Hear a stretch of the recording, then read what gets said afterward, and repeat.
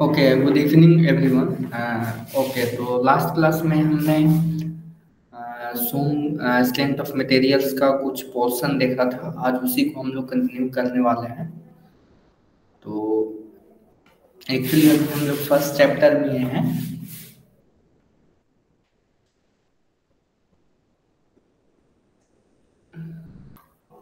Okay, तो देखिए, actually states हमको जो हमारा स्ट्रेस है उसका स्टेट के बारे में पढ़ना है। एक्चुअली मैंने बताया था कि जो हमारा स्ट्रेस है वह एक टेंसर है। थ्री मतलब कि जो टेंसर के बारे में हमने जिक्र किया था, तो आपको उतना जानने की जरूरत नहीं है। सिर्फ आपको जानना है कि किसी एक मैट्रिक्स में हम लोग इसको इस तरीके से डिनोट कर सकते हैं, मैट्रिक्स फॉर्म में हम लोग रिप्रेजेंट कर सकते हैं। ठीक है, जैसे कि एक्स फेस पे किस डायरेक्शन में कौन कौन से फोर्सेस लग रहे हैं, शेयर फोर्सेस हो सकते हैं, या टेंसाइल नॉर्मल या कंप्रेशन जो हो सकते हैं। डिपेंड करेगा कि किस टाइप का फोर्स एक्ट कर रहा है। तो हम लोग इस तरीके से लिख सकते हैं। इसमें एक्चुअली सिग्मा 3D, ठीक है ना, इसको मैट्रिक्स फॉर्म में आप लिख रहे हैं तो सिग्मा।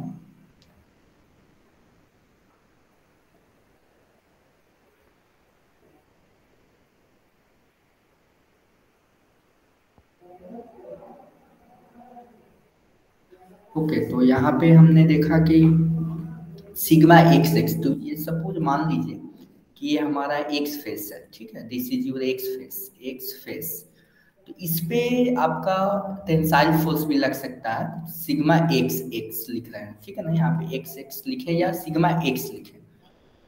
और इस पे क्या हो सकता है कि एक्स फेस पे वाई डायरेक्शन में हमारा क्या हो सकता है, कुछ इस तरीके का फोर्स लग सकता है। ठीक है ना, इस तरीके का।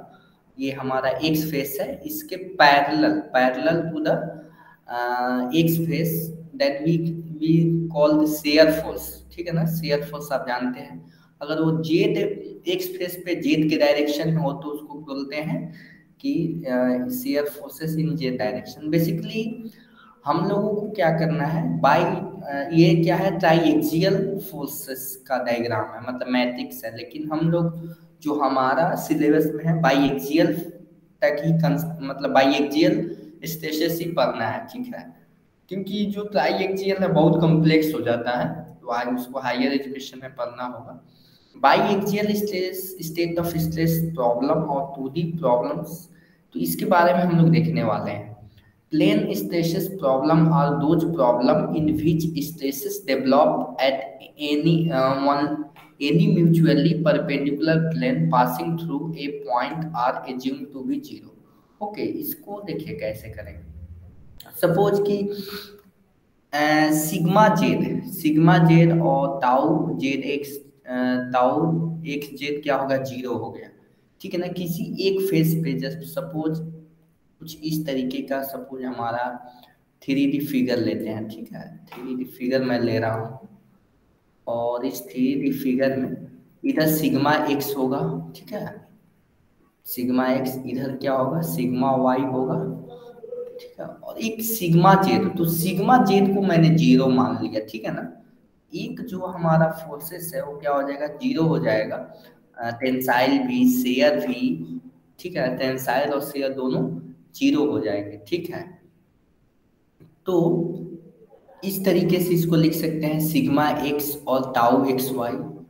और ताऊ एक्स वाई इक्वल टू होता है ताऊ वाई एक्स। ठीक है ना, ये इसका सिंपल सा, आप इसको ध्यान रखिएगा, ये दोनों इक्वल होते हैं। इसका कहीं ना कहीं आप इसका प्रूफ देख सकते हैं, बहुत आसान होता है। मोमेंट लेकर हम लोग उसको सॉल्व कर सकते हैं।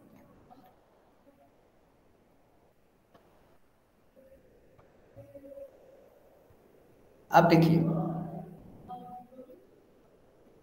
कोई जेड डायरेक्शन है, जैसे कि हम लोग कहाँ पे जेड सिग्मा, मतलब कि जो प्लेन स्पेस है 2D, कहाँ पे हम लोग लगाएंगे, तो दो कंडीशंस है कि dimension in Z direction is very low. अगर डायमेंशन बहुत छोटा है तो क्या करेंगे, जैसे फॉर एग्जांपल कि एक इतना,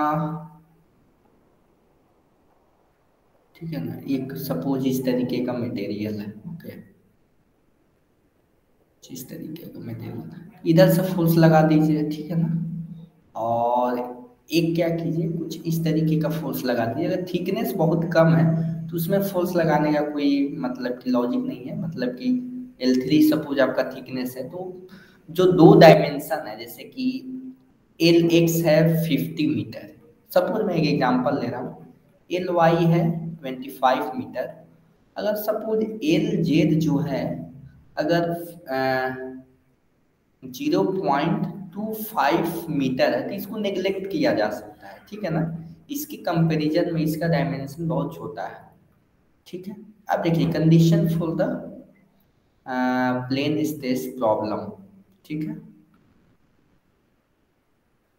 Geometry of the component should be in such a way that one of the dimensions should be very small comparison to the other dimensions। तो ये आपको ध्यान में रखना है। मतलब कि वो आप क्वेश्चन सॉल्व करेंगे तो आपको इतना ये बताना नहीं पड़ेगा, जल्द नहीं, आपको दिखते ही लग जाएगा नहीं ये बाई एक्सियल ही है, ठीक है। Loading condition, loading should be in A such a way that stress developed in the smaller dimension is very smaller to the comparison to the stresses in two directions। इसको देखिए, अगर suppose अगर हमारे पास कुछ इस तरीके का है, सपोज फोर्सेस एक्ट कर रहे हैं एक्स डायरेक्शन में, वाई डायरेक्शन में और जेड डायरेक्शन में। आप क्या कीजिए, इंडिविजुअली तीनों का निकालिए। तो इसमें आप देख रहे हैं 2 मेगा पास्कल, ये 2 मेगा पास्कल, ये 0.02 मेगा पास्कल। तो हम अपने सिंप्लीफिकेशन के लिए इसको नेग्लेक्ट कर सकते हैं। आप तो इसका सॉल्यूशन निकाल सकते हैं तीनों को लेकर, लेकिन उसका सॉल्यूशन निकालना थोड़ा सा डिफिकल्ट हो जाएगा, तो उसका कोई मतलब भी नहीं है हमारे पास उसका निकालने का। किसी दो का आप जो कॉम्बिनेशन हो सकता है, एक्स वाई का हो सकता है, वाई जेड का हो सकता है, यानी बाई एक्सियल में कोई एक स्पेसिस क्या होगा, नेग्लेक्ट आपको करना पड़ेगा, ठीक है।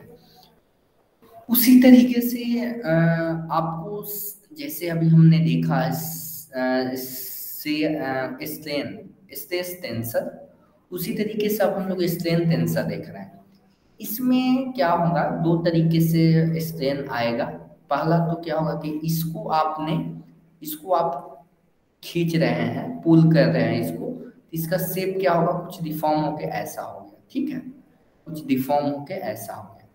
अब इस पे क्या किया आपने, शेयर फोर्स लगा दिया, ठीक है ना, शेयर फोर्स लगा दिया। तो इसका ये जो डॉटेड लाइन है ये तो होगा ही, लेकिन इसका शेप कुछ इस तरीके से हो गया, ठीक है, कुछ इस तरीके से हमारा फाइनल शेप हो गया। तो आप देख रहे हैं एक तो इलोंगेट भी हुआ और क्या हुआ, इसका शेप में भी चेंजेज आया, ठीक है ना, शेप में भी चेंजेज आया। तो वो चेंजेस कितना आ रहे हैं with respect to the shear forces, तो उसका ये मतलब कि अगर ठीक तीनों डायरेक्शन में अगर हमारे सारे फोर्सेस लगेंगे, शेयर फोर्सेस और नॉर्मल फोर्सेस, तो ये चीजें हो जाएंगी। लेकिन वही 2 डायमेंशन बाई एक्सियल के लिए क्या होगा, ये चीज होगी, ओके। और ये थोड़ा सा कम्प्लीमेंट्री जो होना है, ये आपको इसको ध्यान में रखना है, माइनस साइन हो जाता है, ठीक है ना, ये आपका माइनस हो जाता है, समझे। अब देखिए stress analysis at the point is smaller to the stress analysis at that point, that is to obtain stress analysis equation, normal stress is replaced by corresponding normal stress and shear stress should be replaced by the half of the corresponding shear stress। मतलब कहने का मतलब है कि दोनों का form similar same है। देखिए जो हमारा शेयर स्ट्रेस था उसमें क्या था, ये टाउ एक्स वाई था, ये क्या था टाउ एक्स जेड था। इसमें क्या करना है, टाउ एक्स वाई की जगह पे गामा एक्स वाई बाई 2 कर देना है, गामा एक्स जेड बाई 2 कर देना है, इसमें गामा एक्स वाई बाई 2 करना है। तो वही चीजें यहाँ पे लिखी गई हैं कि कैसे हम लोग उसको हम लोग सब्स्टिट्यूट कर रहे हैं, मतलब कि उन दोनों को एक दूसरे से रिलेट कर रहा है, मतलब कि किस तरीके से विजिबल है, दोनों एक जैसे दिखने में है, ठीक है ना। आप ये देखेंगे ये जो डायग्राम है आपके पास, इस डायग्राम दोनों ये देख डायग्राम है, आपको दोनों देखने में एक ही जैसे लगे क्योंकि दोनों आपके सिमिलर है। अब देखिए अब इसका इक्वेशन मेरे पास क्या आ गया, बाई एक्सियल स्ट्रेस आ गया, मतलब बाई एक्सियल स्ट्रेस कंपोनेंट आ गया। इसमें सपोज इसमें एक एक्स जेड क्या है, जीरो है, मतलब सिग्मा जेड जीरो है। देखिए ये आपको बात ध्यान में रखना है कि अगर हमारे पास सिग्मा जेड जीरो है, इसका मतलब ये नहीं हुआ कि उसमें स्ट्रेन भी जीरो होगा। अगर आप किसी ऑब्जेक्ट को इधर पुल कर रहे हैं, उसमें सारे डायरेक्शन में क्या होगा, इलोंगेट होगा, किसी में इलोंगेट होगा, किसी का साइज कम होगा, ठीक है ना। अब जैसे देखिए ये हमारे पास एक कंपोनेंट है और इस पे ये एंगल थीटा पे झुका हुआ है, ठीक है, इस वर्टिकल एंगल से थीटा डिग्री पे, मतलब क्लॉकवाइज में। अगर मेरे को यहाँ पे स्ट्रेस निकालना है, अभी हमने बात की ना कि स्ट्रेस जो है टेंसर क्वांटिटी है और इसके लिए एक तो प्लेन चाहिए, क्या क्या चाहिए, प्लेन चाहिए, मतलब और डायरेक्शन चाहिए और मैग्नीट्यूड चाहिए। तो देखिए सबसे पहले हमने प्लेन डिफाइन किया कि प्लेन कहाँ पे लेना है, तो प्लेन थीटा डिग्री पे होना चाहिए, फर्स्ट हमारा सेटिस्फाई हुआ है। डायरेक्शन प्लेन के परपेंडिकुलर चाहिए या प्लेन के पैरेलल चाहिए, तो सपोज मेरे को प्लेन के परपेंडिकुलर चाहिए, ये भी फुलफिल हो गया। मैग्नीट्यूड कितना मैग्नीट्यूड चाहिए, तो कुछ होगा 15 मेगा पास्कल, 60 मेगा पास्कल, ये सारी चीजें समझ आ गया ना। अब देखिए अब आपको किसी भी प्लेन पे सपोज सपोज आपके पास इस तरीके का है, जैसे कि ये जो इस पे सिग्मा एक्स लग रहा है, इधर सिग्मा वाई लग रहा है, ठीक है, इधर टाउ एक्स वाई लग रहा है, ठीक है, ठीक है, तो इधर क्या लगेगा, टाउ वाई एक्स लगेगा, क्लियर है। इस तरीके से आप देख सकते हैं कि आप, एक मिनट, आप इस तरीके से देख सकते हैं कि इस फार्मूला हमने डिराइव किया है, तो ये फार्मूला आपको बेसिकली याद रखना है। ये दोनों फार्मूला आपके जबान पे तो होना ही चाहिए। कहने का मतलब यह हुआ कि अगर हमारे पास स्ट्रेसेस दिए हुए हैं और किसी एक एंगल थीटा पे आपको पूछा गया है, ये फार्मूला आपको ध्यान में रखना होगा, क्लियर है। मतलब सिग्मा एन मतलब किसी थीटा एंगल पे half sigma x plus sigma y plus half sigma x minus sigma y cos 2 theta plus tau x y sine 2 theta, ठीक है। तो this is your equation that you have to remember, and this is the second equation you have to remember का मतलब कि normal stress कितना होगा और shear stress कितना होगा, ये दोनों फॉर्मूले आपको याद रखने होंगे।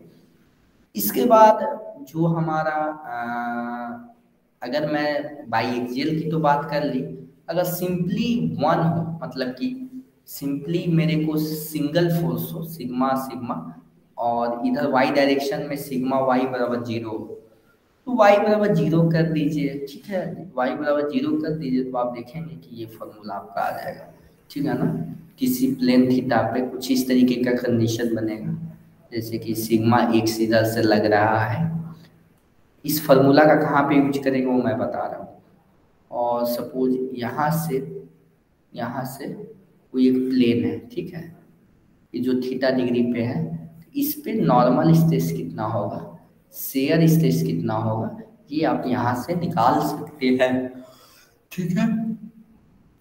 अब देखिए जैसे हमने स्ट्रेसेस निकाले, अब उसी के सिमिलर हम लोग स्ट्रेन भी निकालेंगे, जैसे कि नॉर्मल स्ट्रेन कितना हो गया, तो अभी देखा था ना, सिर्फ आपको सिग्मा एक्स सब्स्टिट्यूट हो जाएगा स्ट्रेन, सिग्मा मतलब एप्सिलॉन एक्स से, सिग्मा वाई सब्स्टिट्यूट हो जाएगा एप्सिलॉन वाई से, सिग्मा एक्स वाई सब्स्टिट्यूट हो जाएगा, टाउ एक्स वाई सब्स्टिट्यूट हो जाएगा इससे, ठीक है। तो ये आपके पास क्या है, इसको हम लोग सिमिलर वे से इसको सब्स्टिट्यूट कर सकते हैं।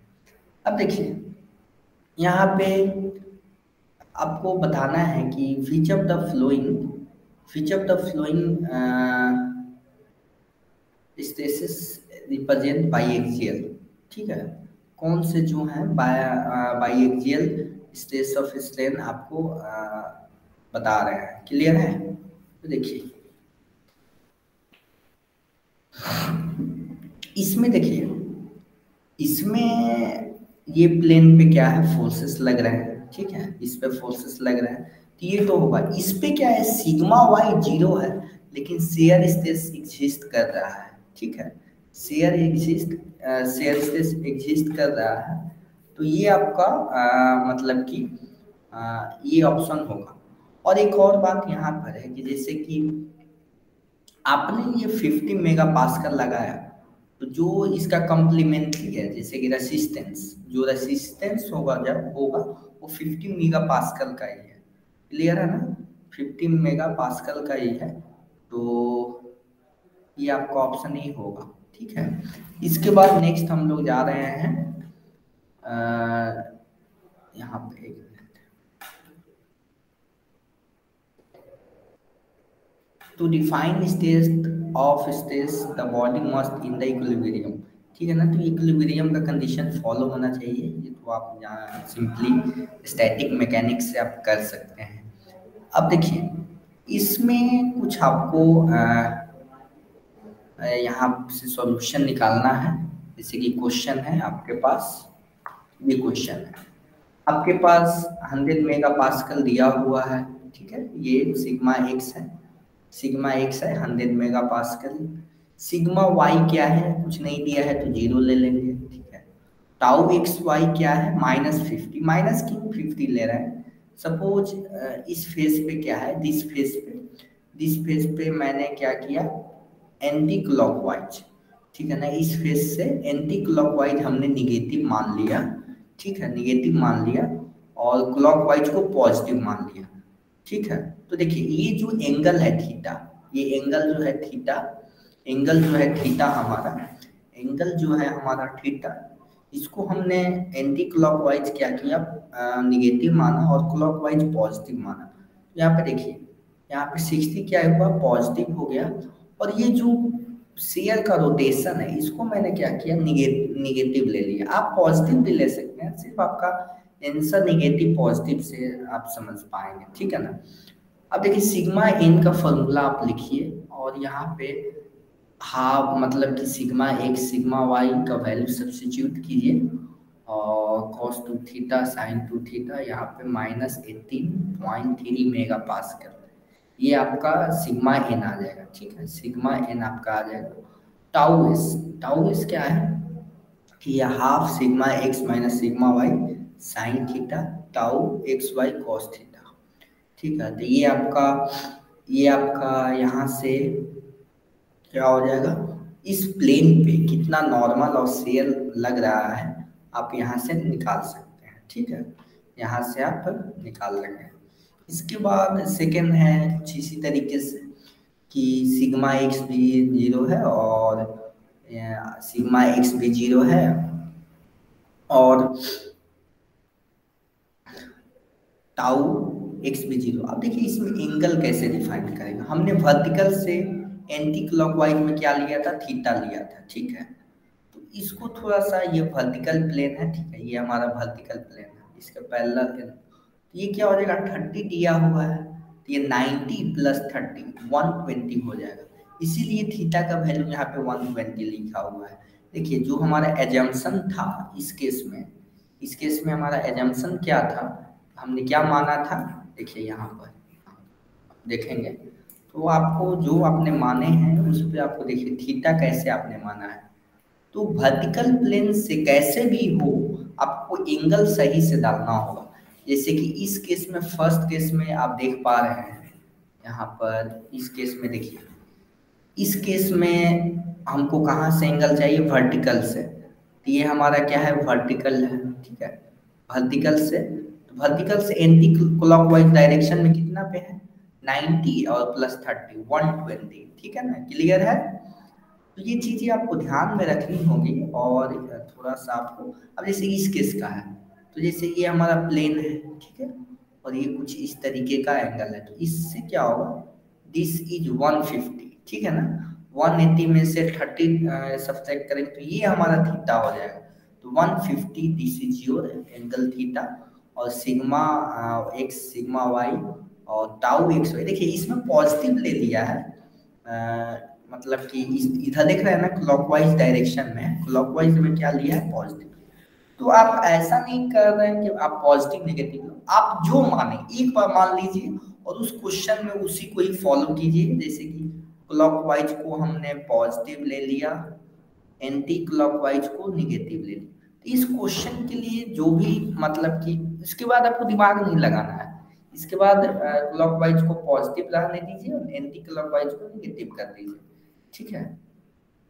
इसके बाद कुछ इसी तरीके का ये देख रहे हैं ना, तो इसमें तो 45 हो जाएगा। ये चीजें क्लियर है, यहाँ तक क्लियर है। आप देखिए इसके बाद एक कंसेप्ट आता है प्योर टॉर्सन, मतलब कि प्योर शेयर होता है, प्योर टॉर्सन होता है। जैसे कि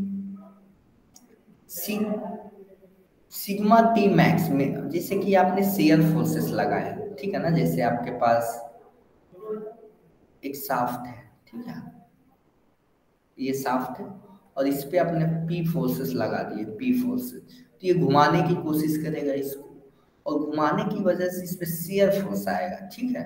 शेयर फोर्स सपोज इतना आया, ठीक है ना, शेयर फोर्स इतना आया, ठीक है ना। शेयर फोर्स आप ये लगा रहे हैं, यू अप्लाइड, यू अप्लाइड, लेकिन वो रजिस्ट तो भी तो करेगा, मटेरियल तो रजिस्ट करेगा ना। तो ये मान लीजिए सपोज उसका रेजिस्टेंस है, ये रेजिस्टेंस है। अब यहाँ से अब क्या करना है कि वो फॉर्मूला में, जैसे ही एक एग्जांपल यहाँ पे लिए थे, अगर आप इस फॉर्मूला में sigma n theta, n theta sigma x plus sigma y by 2 plus sigma x minus sigma y by 2 cos 2 theta tau x y sine 2 theta, ठीक है। अब देखिए टाउ एक्स वाई थीटा, ठीक है, ये हो जाएगा minus sigma x minus sigma y by 2 sine 2 theta plus tau x y cos 2 theta. ये फॉर्मूला था। तो इस फॉर्मूला में इस क्वेश्चन के लिए sigma y equal to 0 and sigma x equal to 0, this becomes 0 and this becomes also 0, ठीक है। This becomes also 0 and this becomes also 0। तो आप देखेंगे कि टाउ मैक्स जो होगा सिग्मा वो 50 के ही बराबर होगा, ठीक है ना। 45 डिग्री पे अगर आप ले रहे हैं तो साइन 40 साइन 2 थीटा का वैल्यू क्या हो जाएगा, टाउ एक्स वाई इंटू 1, ठीक है। तो ये आपका ये चीजें हो गई, और यहाँ पे tau tension compression tau maximum, तो ये यहाँ पे एक केस हो गया। अब देखिए एक हमारे पास थीन प्रेशर वेसल जब आप पढ़ेंगे, थीन सिलेंडर प्रेशर, जैसे कि फॉर एग्जांपल आपके पास एक प्रेशराइज्ड, जैसे ये कंटेनर है और इसमें गैसेस हैं, गैसेस हैं, गैसेस के कारण इसमें इंटरनल प्रेशर लग रहा होगा। कितना प्रेशर स्ट्रेस डेवलप होगा, दो मतलब कि एक लॉन्गिट्यूडनल डायरेक्शन में स्ट्रेस डेवलप होगा और एक आपका रेडियल डायरेक्शन में होगा। तो रेडियल डायरेक्शन में बहुत कम होता है, तो उसको नेग्लेक्ट करते हैं थिन सिलेंडर के केस में। और एक हमारा होगा हुक स्ट्रेस, तो इसको हम लोग आगे देखेंगे। जैसे कि लॉन्गिट्यूडनल जो सिग्मा एल होता है पीडी बाई 4, पीडी क्या है, प्रेशर है due to the gas, D क्या है, diameter of the cylinder, T क्या है, thickness of the cylinder, cylinder thickness होगा। तो जैसे कि आप देख रहे हैं कि ये जो हमारा सिलेंडर है, इस सिलेंडर पे कुछ इधर इधर के डायरेक्शन में फोर्सेस लग रहे होंगे ड्यू टू द गैस, और गैस इस डायरेक्शन में गैस लग रहा है तो इसमें स्ट्रेस आ रहा होगा, इसमें स्ट्रेस आ रहा होगा, और वो लॉन्गिट्यूडनल स्ट्रेस है। इसका बहुत आसान है, मतलब कि प्रूफ है, जिसको हम लोग इसका एक मेन सब्जेक्ट चैप्टर ही है उसमें डिस्कस करेंगे, ठीक है। तो जो भी चीजें हैं यहाँ पे कंक्लूजन है, इस कंक्लूजन को आप पढ़ सकते हैं, जो भी हमने बातें देखी उसको एक जगह पे लिखा हुआ है। अब देखिए टाइप्स ऑफ स्ट्रेन के बारे में, नॉर्मल स्ट्रेन होता है, शेयर स्ट्रेन होता है। नॉर्मल स्ट्रेन क्या हुआ कि हमने इसको खींच दिया तो ये क्या हो गया, कुछ इस तरीके का हो गया, ये जो हो गया इतना बड़ा बड़ा हो गया, ठीक है ना, इसको नॉर्मल बोलेंगे। हमने क्या किया, एक ऐसा हमारा फिगर था, इसको हमने जबरदस्ती इसको इधर से फोर्स लगा दिया, तो कुछ हमारा ये कुछ इस तरीके का हो जाएगा, ये क्या हो जाएगा, शेयर हो जाएगा, ठीक है, शेयर स्ट्रेन हो गया। अब नॉर्मल में भी दो तरीके, नॉर्मल में तीन तरीके का है। लॉन्गिट्यूडनल, जैसे कि डायरेक्ट लॉन्गिट्यूडनल डायरेक्शन, जिधर आप फोर्स लगा रहे हैं उस डायरेक्शन में इलोंगेट हो रहा है। और आप देखेंगे कि जैसे आपने इधर इलोंगेट किया तो इसका मतलब ये हुआ कि ये थोड़ी हुआ कि उसके अनदर साइड का जो आपका डायमेंशन है उसमें चेंजेस नहीं आएंगे, उसमें भी चेंजेस आएंगे, तो उसमें भी लेटरल स्ट्रेन होगा और वॉल्यूमेट्रिक स्ट्रेन भी होगा। ओवरऑल वॉल्यूमेट्रिक में कितना चेंजेस आ रहे हैं। और इसको देखिए, टेंसाइल होगा, कंप्रेशन होगा, ये तो होना ही है। अगर आप किसी को खींच रहे हैं तो उसका साइज क्या होगा, बढ़ेगा, लंबाई बढ़ेगा, तो टेंसाइल स्ट्रेन उसमें जनरेट हो रहा है। कंप्रेसिव स्ट्रेन किसमें होगा, अगर किसी चीज को आप प्रेस कर रहे हैं, दबा रहे हैं, तो उसमें कंप्रेसिव स्ट्रेस डेवलप होगा, ठीक है ना।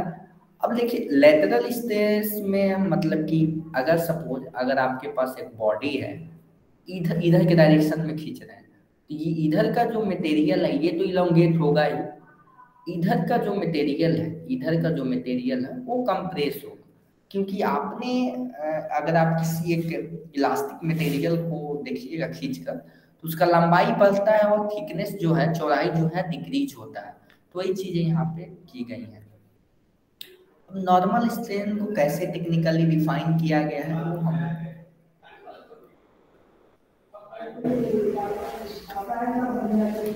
Change in dimension by original dimension. Normal strain जैसे कि आपका ये था 5 मीटर और इसको आपको खींच कर कितना कर दिया, 5.5 मीटर कर दिया, ठीक है, इसको खींच कर, तो फाइनल कितना हो गया 5.5 और इनिशियल कितना है 5 और ओरिजिनल कितना था 5, तो 0.5 बाई 5 मीन्स 0.1 स्ट्रेन हो गया, नॉर्मल स्ट्रेन, ठीक है, नॉर्मल स्ट्रेन हो गया।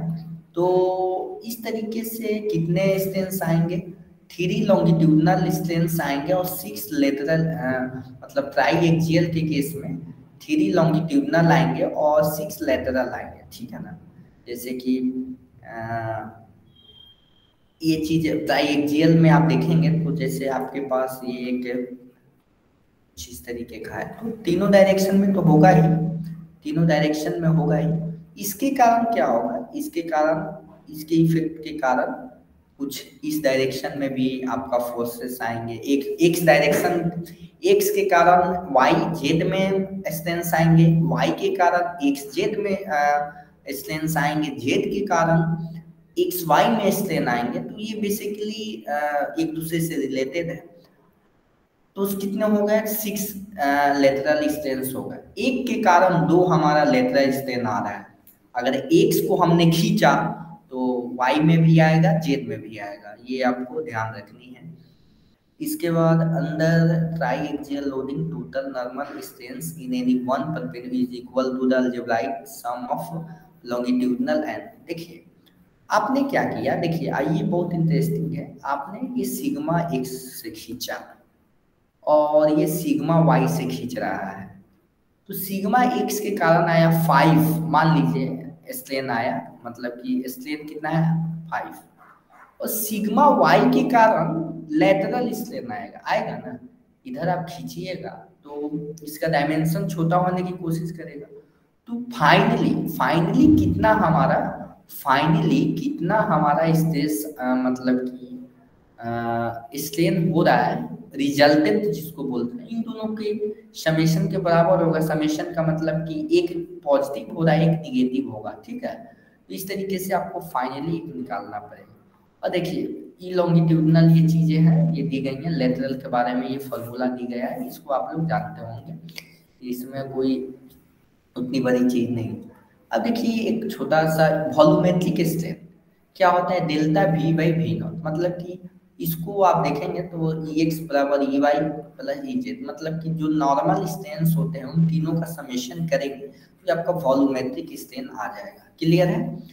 और रेक्टेंगुलर बार के लिए आपका ये फॉर्मूला हो जाएगा, लेंथ में, ब्रेथ में और थिकनेस में कितना चेंजेस आ रहे हैं। ठीक है। सिलेंडर के लिए क्या है, सिलेंडर में आप देखते हैं कि दो जो एक्स जेड और एक्स डायरेक्शन, जेड और वाई डायरेक्शन में क्या होता है, जेड और वाई डायरेक्शन में क्या होता है, जेड और वाई डायरेक्शन में हमारा इलोंगेशन चेंजेस होते हैं। तो कुछ इस तरीके का सीन है। ओके, अब देखिए सिलेंड्रिकल प्रेशर वेसल। अब सिलेंड्रिकल प्रेशर वेसल हमारे पास में क्या होगा, जैसे कि वही चीजें हैं, लॉन्गिट्यूडनल और लैटरल में कितना हो रहा है, जैसे कि एक हमारा इस डायरेक्शन में सपोज सिग्मा एक्स लग रहा है और इधर में आप किसी को भी वाई मान लीजिए, किसी इधर को भी जेड मान सकते हैं, मतलब इसके बोर्ड के परपेंडिकुलर। ओके, बोर्ड के परपेंडिकुलर। तो ये चीजें आई थिंक यहाँ तक क्लियर होंगी। तो यहाँ तक क्लियर है। और देखिए स्पेरिकल बॉडी के लिए क्या हो जाएगा, 3 टाइम ये हो जाएगा। ठीक है, ये 3 हो जाएगा ये सब इसमें। यहाँ तक क्लियर है, बताइए यहाँ तक क्लियर है?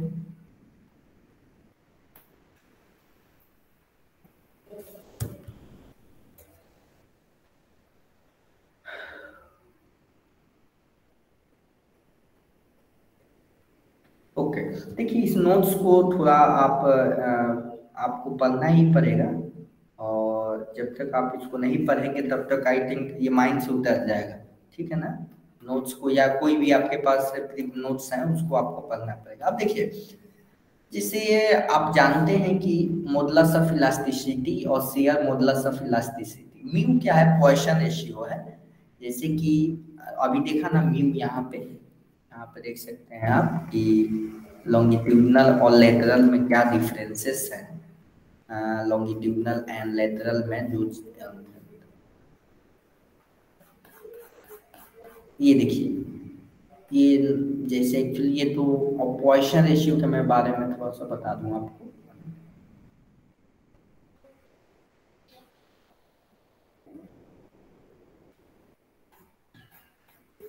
देखिए पॉइसन रेशियो क्या होता है कि कितना lateral strength, lateral strength by longitudinal, longitudinal strength. ठीक है।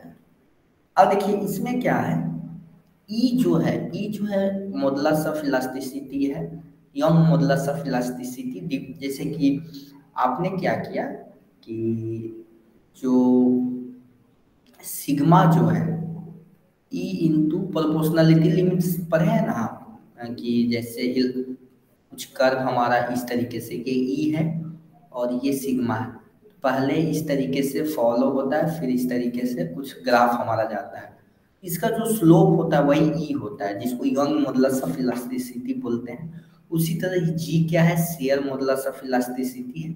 इसका एक रिलेशन है, इसको आपको डायरेक्ट याद रखना है। ठीक है, इसको तीनों को याद रखिएगा, इससे बहुत सारे क्वेश्चंस आते हैं। ठीक है, इससे बहुत सारे क्वेश्चंस आते हैं।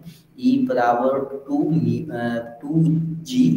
ई equal to 2g 1 plus mu, E equal to 3k 1 minus 2 mu, E equal to 9 kg 3k plus G. तो ये बहुत जल्दी आदमी भूल जाता है, मैं भी भूल जाता हूँ। तो इसको क्या करना पड़ेगा आपको, बार बार क्वेश्चन के माध्यम से, और इसको याद रखना होगा। ठीक है। अब देखिए ये सब क्या होगा कि किस मतलब कि ई का, के का, जी का वैल्यू क्या होगा आपका कांस्टेंट, मतलब ग्रेटर देन 0 होगा। तो म्यू आपका क्या होगा, ग्रेटर देन 0 होगा। और कॉर्क जो होता है, कॉर्क एक मटेरियल है, उसका म्यू का वैल्यू क्या होता है, 0 होता है। ठीक है ना, म्यू का वैल्यू 0 होता है। ठीक है ना, म्यू का वैल्यू क्या होता है, 0 होता है। तो ये चीजें यहाँ तक आई थिंक क्लियर होंगी। और उसी इक्वेशन से जो अभी हमने देखा, उसी इक्वेशन से आप यहाँ से म्यू का मैक्सिमम वैल्यू और minimum value, mu becomes zero से लेकर म्यू मतलब 0 से लेकर 0.5 यानी हाफ तक वेरी करता है, ठीक है, हाफ तक वेरी करता है।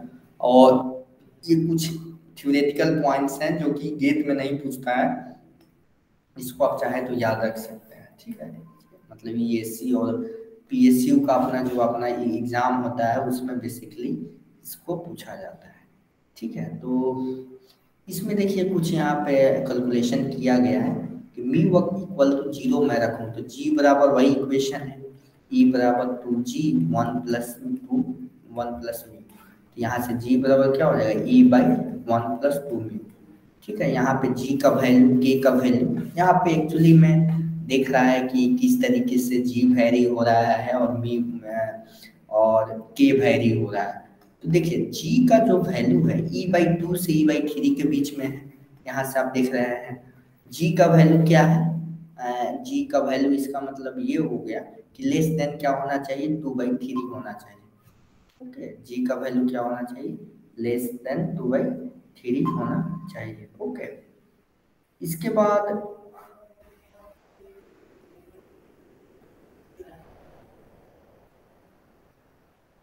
ओके सब मेरी आवाज आ रही है ना, क्लियर है ना सारी चीजें, कोई प्रॉब्लम तो नहीं है नेटवर्क इशू वगैरह?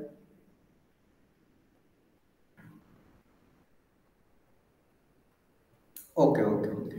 तो यहाँ से आगे बढ़ेंगे और मेटल्स मेटल्स के लिए इस चीजें आप ध्यान रख सकते हैं, ये गेट के लिए कोई वैल्यू नहीं। देखिए गेट में कभी भी थ्योरी नहीं पूछेगा, थ्योरी मतलब थ्योरेटिकल चीजें नहीं पूछेंगी, न्यूमेरिकल बेस्ड क्वेश्चंस रहेंगे। और इसमें जो कि एक्चुअली जो अभी तक ये तो याद रखना है गेट में इससे क्वेश्चन आएंगे, और जैसे कि ये सब चीजें हैं, ये सब ध्यान रखने ये वाली बातें हैं। कुछ चीजें हैं कि रटने वाला होता है, उसको जब तक आप रटेंगे नहीं तब तक काम नहीं चलेगा, जैसे ये चीजें हैं इसको रखना पड़ेगा। तो ये एसी वगैरह में या जो छोटे मोटे एग्जाम्स होते हैं आरआरबी जेई वगैरह या ऑल इंडिया कोई इस तरीके के एग्जाम में ये चीजें पूछी जाती हैं। तो अब देखिए इलास्टिक कॉन्स्ट वही चीजें हैं जो बेसिक यहाँ पे बताया गया है। Definition of elastic constants, Hooke's law आप जानते ही होंगे, हुक्स लॉ के बारे में है कि valid up to proportionality limit, और इलास्टिक लिमिट क्या होता है, थोड़ा सा ज़्यादा होता है। देखिए यहाँ तक तो मतलब हुक्स लॉ इलास्टिक लिमिट है जो यहाँ तक आपका हुक्स लॉ, हुक्स लॉ तो यहीं तक वैलिड होगा जो आपका पीएल जो पॉइंट यहाँ पे इंडिकेट किया गया है, ठीक है ना, प्रोपोर्शनलिटी लिमिट। और यहाँ पे कुछ इस तरीके का कर्वनेस आने लगता है, ये दोनों पॉइंट इतने नजदीक होते हैं कि इसको डिस्टिंग्विश करना बहुत मुश्किल हो जाता है। अप्रोक्स लगभग इसको सेम जगह मानते हैं, लेकिन इलास्टिक लिमिट थोड़ा सा ज़्यादा होता है प्लास्टिक लिमिट प्रोपोर्शनलिटी लिमिट से, ओके। ये जो है स्लोप है जो हमने बातें की थी। इसके बाद यहीं पे है वही चीज़ें यहाँ पे लिखी गई हैं, ई बराबर हो गया normal stress by longitudinal stress strain. और अगर हमारा मटेरियल आइसो जो मटेरियल जो है होमोजीनियस एंड आइसोट्रोपिक है, तो ये मतलब कि ये ये इक्वेशन हो जाएगा, ऑल डायरेक्शन में ई का वैल्यू सेम हो जाएगा। जी का वैल्यू जो है shear stress by shear strain है, और के का वैल्यू जो है normal stress by volumetric strain है, ठीक है। तो ये चीज़ें हैं। देखिए हाइड्रोस्टैटिक स्ट्रेस, अगर मैं क्या करूं कि किसी एक मटेरियल को पॉन्ड में तालाब में पूरी पानी के अंदर डुबो दूँ, ठीक है ना, सपोज ये पानी है और इसके अंदर मैंने एक मटेरियल डुबो दिया, तो इस पे चारों जगह से क्या होगा, प्रेशर सेम लगेगा ना, प्रेशर सेम रहेगा। प्रेशर मतलब कि स्ट्रेस जो उसको कंप्रेशन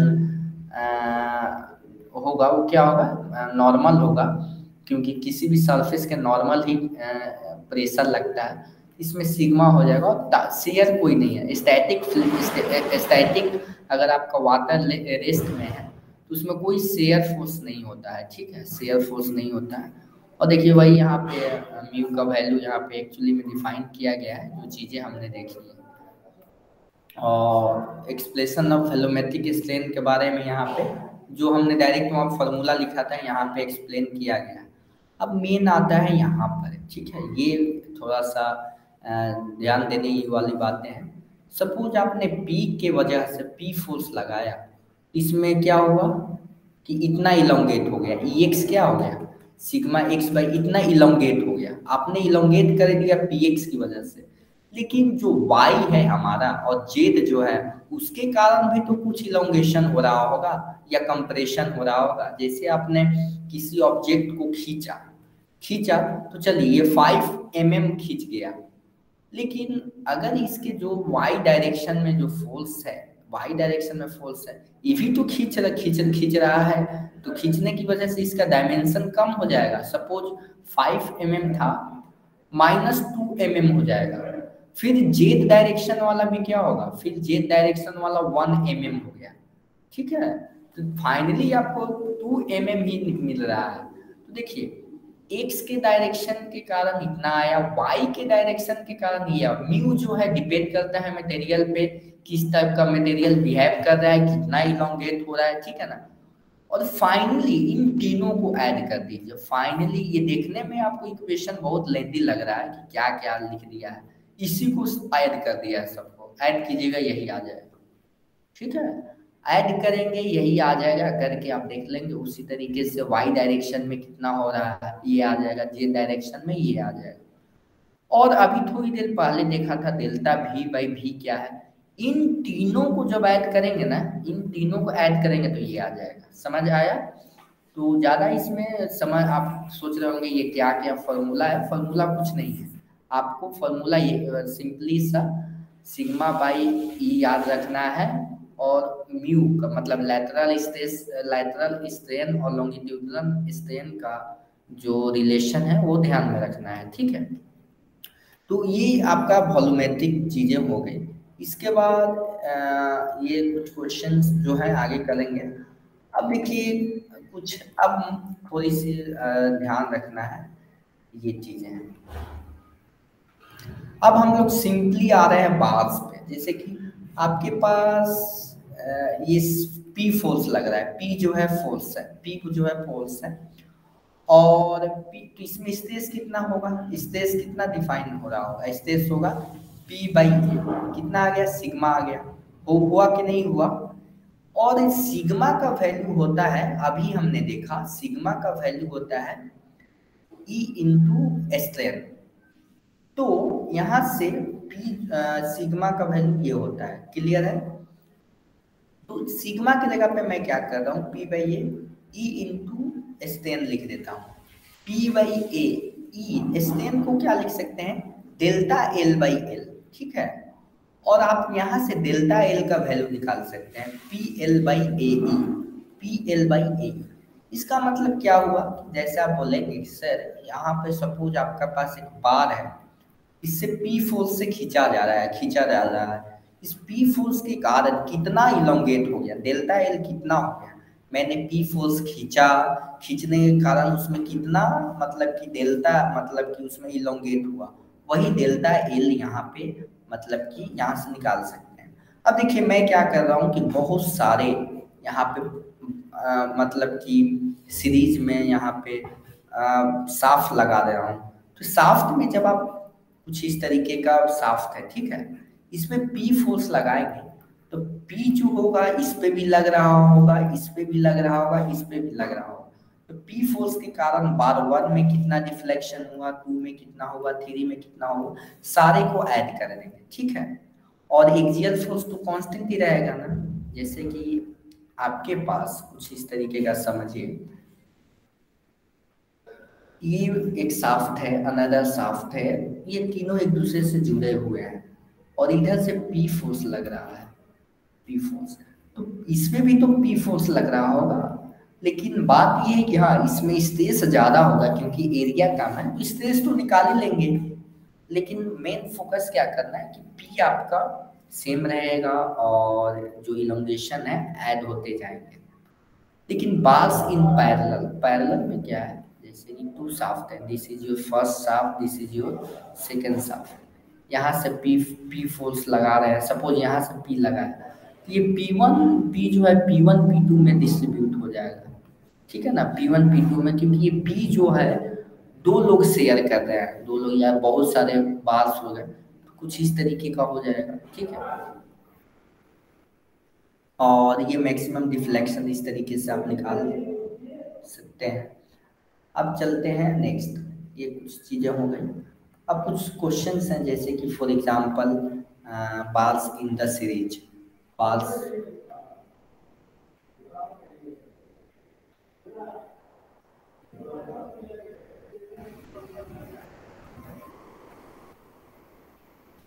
सपोज हमको क्या करना है, ये इस क्वेश्चन को सॉल्व करना है। तो सबसे पहले मैं क्या करूंगा, इस डीई पोर्शन में कितना इलोंगेशन हो रहा है, ठीक है ना, डीई पोर्शन में कितना इलोंगेशन हो रहा है। इधर देख रहे हैं 30 न्यूटन का क्या हो रहा है, इस इसको भूल जाइए आप लोग, इतने दूर को भूल जाइए, सिर्फ यहाँ पे देखिए, फोकस कीजिए, ठीक है, यहाँ पे फोकस है। तो इधर देखेंगे पॉजिटिव 30 डिग्री का 30 न्यूटन का हमारा फोर्स लग रहा है, तो उसके कारण कितना मतलब कि फोर्सेस आए। मतलब पहले तो आप क्या करें कि सारे में फोर्सेस निकाल लें।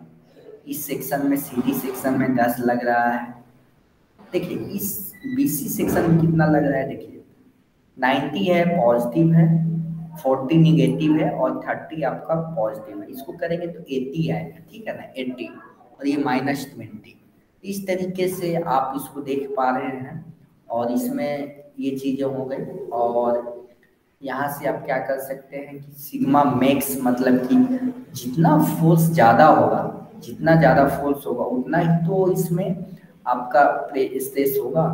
फोर्स देखिए यहाँ पे क्रॉस सेक्शन सारे का बराबर है, क्रॉस सेक्शन बराबर है, इसका मतलब यह हुआ कि हमारा जो स्ट्रेस होगा किस पे डिपेंड करेगा, फोर्स पे डिपेंड करेगा। इसके बाद ये सारी चीजें की डायग्राम आप ड्रॉ कर सकते हैं, इसमें कोई उतना लेने नहीं है। अब देखिए कुछ इस तरीके का है, एक क्वेश्चन इस तरीके का आएगा कि आपने क्या किया इस पे, ये देखिए दो मतलब वाल है और इस वाल में एक बीम है, मतलब इस तरीके का। तो इसमें क्या हो गया, आपने थ्री पी का फोर्स लगा दिया, इधर पी का फोर्स लगा दिया। आप कुछ भी कर लें, आप कुछ भी कर लें, इसका लेंथ ना तो बढ़ेगा ना ही घटेगा। क्यों नहीं बढ़ेगा घटेगा, क्योंकि ये दोनों का लेंथ फिक्स है। फिक्स होने के कारण क्या होगा, ये अपने में ही गुस्से में लाल हो जाएगा। कहने का मतलब ये हुआ कि इसमें स्ट्रेस जनरेट हो जाएगा। इसका इलोंगेशन तो नहीं हो रहा, इलोंगेशन नहीं हो रहा है, लेकिन इस इलोंगेशन को इस दीवार ने रोक दिया है। और किसी चीज को रोक देंगे तो क्या हो जाएगा, फायर हो जाएगा, यानी गुस्सा में हो जाएगा और इसमें स्ट्रेस जनरेट हो जाएगा। स्ट्रेस जनरेट कितना होगा वो तो हम लोग कैलकुलेट कर ही लेंगे, लेकिन इसको इसको कैसे सॉल्व करेंगे। जैसे कि फॉर एग्जांपल अभी हमने देखा कि यहाँ पे डेल्टा L1 इस पोर्शन में पहले इलोंगेशन निकालेंगे कि कितना इलोंगेशन हो रहा होगा अगर ये नहीं होता तो, फिर इसमें निकालेंगे, फिर इसमें निकालेंगे, फिर इन तीनों को ऐड करके 0 कर देंगे, ठीक है ना। तो पहले हमने क्या किया, इसमें रिएक्शन निकाला कि आर ए रिएक्शन होगा, इसमें आर ए फोर्स का रिएक्शन लग रहा होगा, इसमें आर डी फोर्स का लग रहा होगा। और फिर इसको इस फोर्स को हमने बैलेंस कर दिया। और इसमें आपको यह घबराने की जरूरत नहीं है कि डायरेक्शन किधर लें। आप कोई भी एक डायरेक्शन पॉजिटिव ले लीजिए, मतलब किसी डायरेक्शन में आप ले लीजिए, वो आपको लास्ट में जब आप सॉल्व करेंगे तो आपको ऑटोमेटिकली माइनस के माध्यम से आपको आंसर में आ जाएगा। इसका मतलब माइनस का क्या मतलब हुआ, आर डी जो है माइनस में आया हुआ है इस केस में। इसका मतलब ये हुआ कि आर डी गलत डायरेक्शन ले लिया था, आर डी ऐसे होगा, एक्चुअल में ऐसे होगा, लेकिन आपने ऐसे लिया। इसका मतलब ये थोड़ी ही हुआ कि आप मिस्टेक कर रहे हैं। आपने तो क्या किया कि मान लिया कि इधर होगा, और इधर होने के कारण ऑटोमेटिकली हमारा इधर निगेटिव आया। तो इसका मतलब ये हुआ कि हमने जो माना था गलत था, हमारा डायरेक्शन इस तरीके का होगा। क्लियर है ना, क्लियर है। इसके बाद अब हम लोग कुछ और देखने वाले हैं, टैप। अभी तक तो हमने प्रिज्मेटिक बार देखा, अब हम लोग देखने वाले हैं कुछ इस तरीके का। सपोज आपके पास बार है और कुछ इस तरीके का है, कोनिकल शेप में। इसमें जो देखेंगे सिग्मा देखेंगे तो इसका जो सिग्मा मैक्स होगा, जैसे कि देखिए इसके हर एक पॉइंट पे स्ट्रेस जनरेट होगा, इसके हर एक पॉइंट पे स्ट्रेस जनरेट होगा, लेकिन मेरे को क्या मतलब है, मेरे को सिग्मा मैक्सिमम से मतलब है। ठीक है, मान लीजिए कि कहीं पे कम स्ट्रेस जनरेट हो रहा है, वो हमारे लिए अच्छा है, लेकिन इस मटेरियल का फेलियर भी तो देखना है, कब मेटल फेल करेगा और कहाँ पे फेल करेगा। तो जहाँ पे मिनिमम क्रॉस सेक्शन होगा वहीं से फेल करेगा, इसलिए सिग्मा मैक्स जो होगा डी मिनिमम के कोरस्पॉन्डिंग होगा। ये चीजें आप एनालाइज भी कर सकते हैं और आप अपने जो बीटेक के कोर्स में देखा भी होगा, और ये सारी चीजें आप पढ़े होंगे। बस आपको मेरे से क्या फायदा होगा, यही होगा कि आपको सारे मटेरियल्स एक जगह मिल जाएंगे, आपको भटकने की नहीं होगा। मेरे पास बहुत सारे मटेरियल्स हैं, डिफरेंट डिफरेंट इंस्टीट्यूशंस के हैं, लेकिन आपको ज़्यादा मटेरियल के पीछे नहीं पड़ना है। एक एक कोई भी बुक या नोट्स फॉलो करें, उससे ही सफिशिएंट है। और आप लोग टेस्ट सीरीज आप लोग ले लें, किसी इंस्टीट्यूशन का टेस्ट सीरीज समझते हैं ना आप लोग, गेट के ही जैसा एग्जाम होता है, इस पे गेट एग्जाम जैसा बहुत सारे इंडिया में इंस्टीट्यूशंस हैं जो आपको बहुत सारे फ्री भी कराते हैं, बहुत सारे कुछ पेड कोर्सेस, आई थिंक 100 के आसपास कुछ प्राइसेस होंगे, 100 या जो 100 टू 1200 के आसपास होंगे, तो आप इस तरीके का ले सकते हैं, इसके आसपास होना चाहिए। तो आप अपने का टेस्ट दें, ठीक है ना, टेस्ट देंगे तो जो भी चीजें आप देखे हैं वहां से, वहां पे तो क्या मिलेगा आपको, सॉल्यूशन भी मिल जाएगा जो आप नहीं बना पाए हैं, और आप वहां से भी बहुत सारे क्वेश्चन अच्छे अच्छे गेट में जिस तरीके के क्वेश्चन पूछे जाते हैं वो कर सकते हैं। समझ पा रहे हैं ना? टेस्ट सीरीज मैं आपको रिकमेंड करूंगा, आप लोग ले लें, ठीक है, क्लियर है? तो इसके बाद इसमें थोड़ा सा देख रहे हैं, एक हमारे पास प्रिज्मेटिक बार है, तो कुछ इस तरीके का बार है, इसका डायमेंशन d1 है और इसका d2 है, दिस इज योर d2, ठीक है ना, d2। और इसका मैं चाह रहा हूँ, यहाँ से मैंने p फोर्स लगा रहा है, तो ये कितना इलोंगेट होगा, तो ये आपका इतना इलोंगेट होगा। ये फॉर्मूला आपको ध्यान में रखना है। देखिए इसमें कुछ नहीं करना है, जैसे देखिए अगर हमारा सर्कुलर बार होता, इसका डायमीटर d होता, तो इलोंगेशन कितना होता, p by pi by 4 d1 d square into EL, ठीक है ना, 4PL by pi D square. ये फॉर्मूला और ये फॉर्मूला सिमिलर दिख रहा है कि नहीं, बताइए, सिमिलर थोड़ा बहुत दिख रहा है कि नहीं? इसमें D D D D square की जगह पे d1 dt हो गया। तो आपको ये आसान याद करने का तरीका बताया, इसमें अगर आपका कोनिकल शेप का है तो आप एक छोटे वाला डायमीटर और एक बड़े वाले डायमीटर की जगह पे आप इसको क्या कर सकते हैं, इसको सब्स्टिट्यूट कर सकते हैं, ठीक है। तो ये हमारा है, और इसके बाद एक और है, जैसे कि elongation in the prismatic bar under self weight. देखिए अभी तक हमने देखा सेल्फ वेट के कारण, अभी तक हमने कुछ नहीं देखा।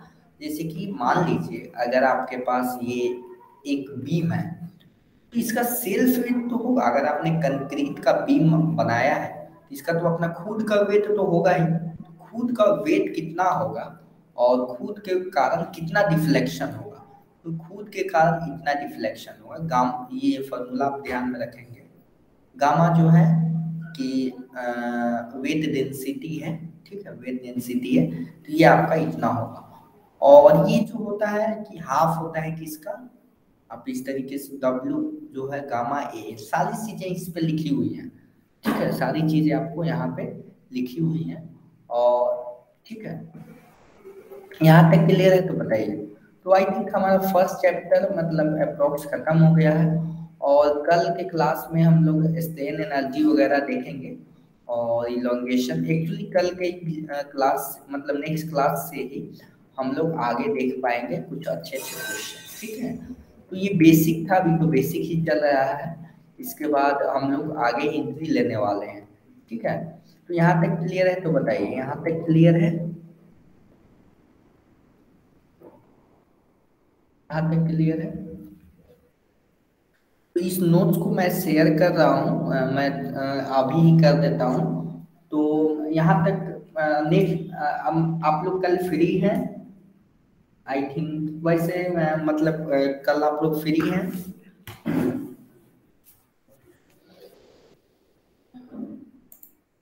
बताइए। ओके, तो जैसा होगा मैं वैसा क्लास शेड्यूल करने की कोशिश करूंगा। और इसके बाद